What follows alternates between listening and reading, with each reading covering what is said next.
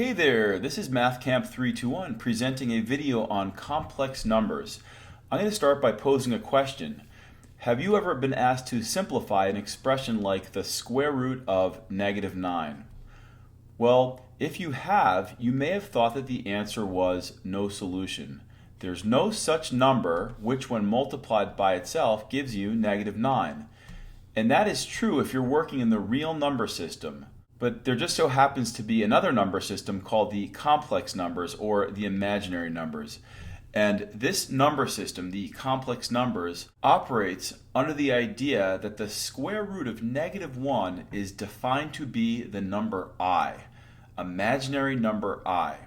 And this really freaks a lot of students out. The imaginary numbers, my God, what does that even mean? Well, it's really no big deal. The only thing that you need to know is that the square root of -1 is defined to be the number I. You also need to know that the powers of I are cyclic, and they're cyclic in groupings of 4. And after each 4, it just repeats again and again and again. What I'd like you to do now is look to the box that's off to the left and it's blue-green, and it lists those 4 powers of I. We start with I to the 0, which is 1. And this makes sense because anything to the power of 0 is 1. The next power of I is I to the first. And the I to the first is just I. And this also makes sense because anything to the first power is just itself. Now, I squared and I cubed are just the opposite of the first 2 powers. So the first power was 1. The second power was I. And then these are just -1 and -I, the opposites of the first 2.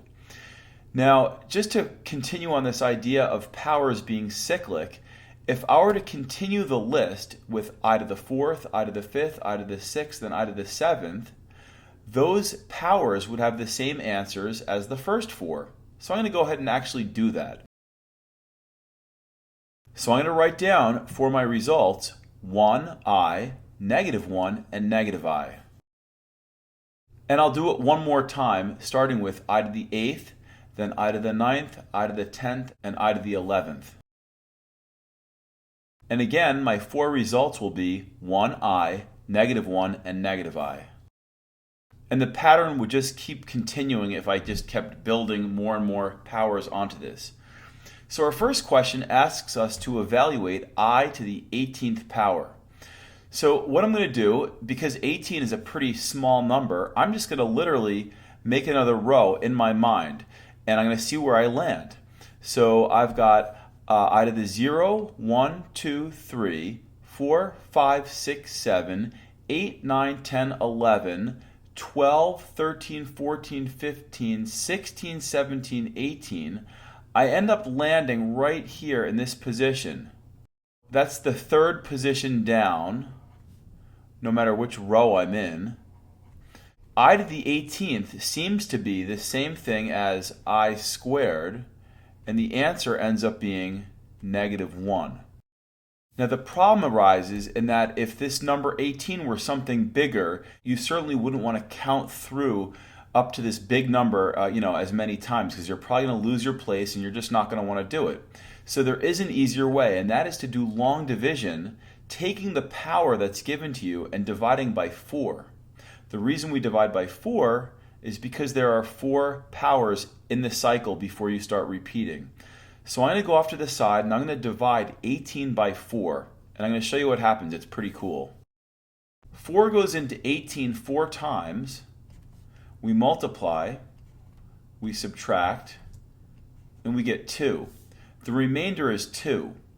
And when you do this process, the remainder becomes the new power of I. So we got this remainder of 2, and that became the new power of I, and that was just -1 because I squared is -1. Let's try this idea again with I to the 77th power. Again, I'm not going to want to count up to the number 77. That would take forever. So let's do this long division trick. So I'm going to come up here to the top right where I've got some more room, and I'm going to do 77 divided by 4. 4 goes into 7 one time with 3 left over. I'll bring down the next 7. 4 goes into 37 9 times with 1 left over. So our remainder is 1, and that remainder is going to become the new power of I. So now I'm going to write I to the power of 1. I can look up at my list right here, and I to the power of 1 is just going to be I. So I to the 77th power is just I. It's really pretty easy. Okay, moving to 1C. This example is quite a bit more challenging, so we're gonna have to take our time for this. We're asked to evaluate the opposite of negative I to the power of 123. And what I'm focusing on first is inside the parentheses, and I'm thinking about this as two things. I'm thinking about it as a negative 1, and I'm thinking about that being multiplied by I. So a negative 1 and an I. And each of those things are going to feel the effect of that power of 123. So I'm going to write this problem in a different way.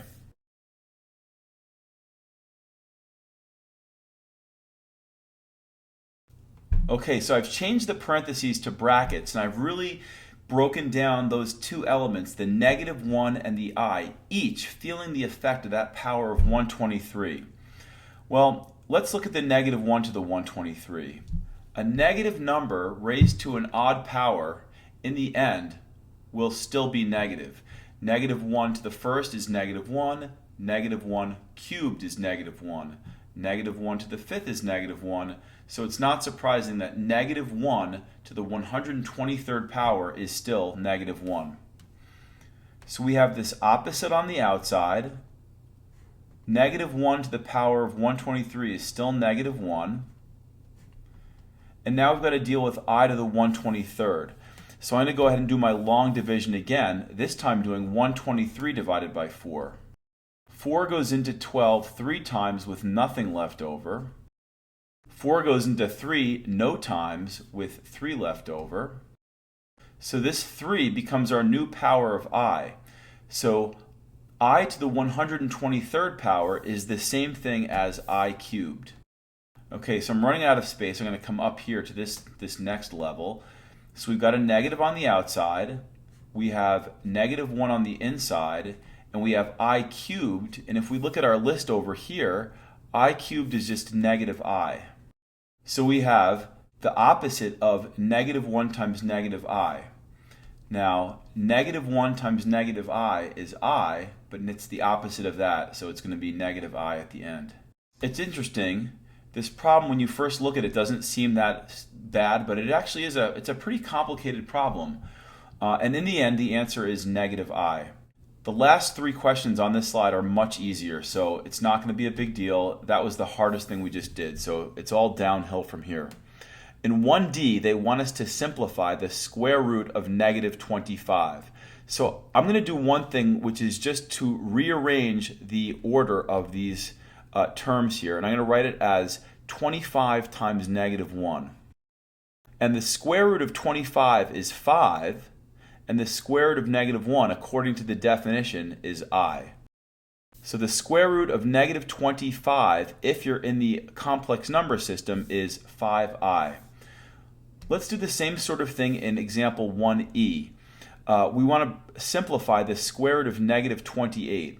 Now, unlike 1d, the number 28 is not a perfect square, so I have to break that down as well. So I'm going to think of 28 as 4 times 7, but I'm going to write it down in a creative way. Watch this.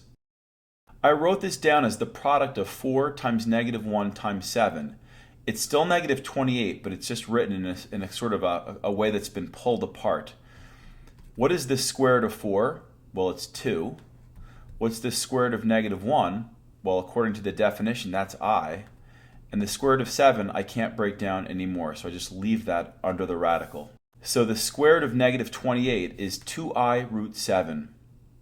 One more example, and we're done with this slide. Okay, so we've got the square root of negative 32y cubed. Again, I'm going to pull this apart into things that I can easily take the square root of and things that I can't. So I know that 32 is 16 times 2. So watch the creative way in which I express this. Okay, so I wrote 16 times negative 1, which is negative 16. Negative 16 times 2 is negative 32. And y squared times y is y cubed. So I really sort of decomposed this expression into things that I can take the square root of and things that I cannot take the square root of. And now we're just going to go right down the line. The square root of 16 is 4. The square root of negative 1 is defined to be I. The square root of y squared is y. And then the square root of 2y, those cannot be broken down, so I'm going to leave those inside the radical. So this is the answer for the square root of negative 32y cubed. It's possible if you wanted to switch the y and the I, so to say that the final answer is 4yi root 2y would be okay too. Okay, so in this video we learned a lot of very small little detailed things, the most important of which is that the square root of negative 1 is defined to be I, and this places us in a number system called the complex or imaginary number system. You should go ahead and memorize the 4 basic powers of I so you can apply them to problems, and I've seen problems like this on the SAT and the SAT too, so definitely go ahead and learn those.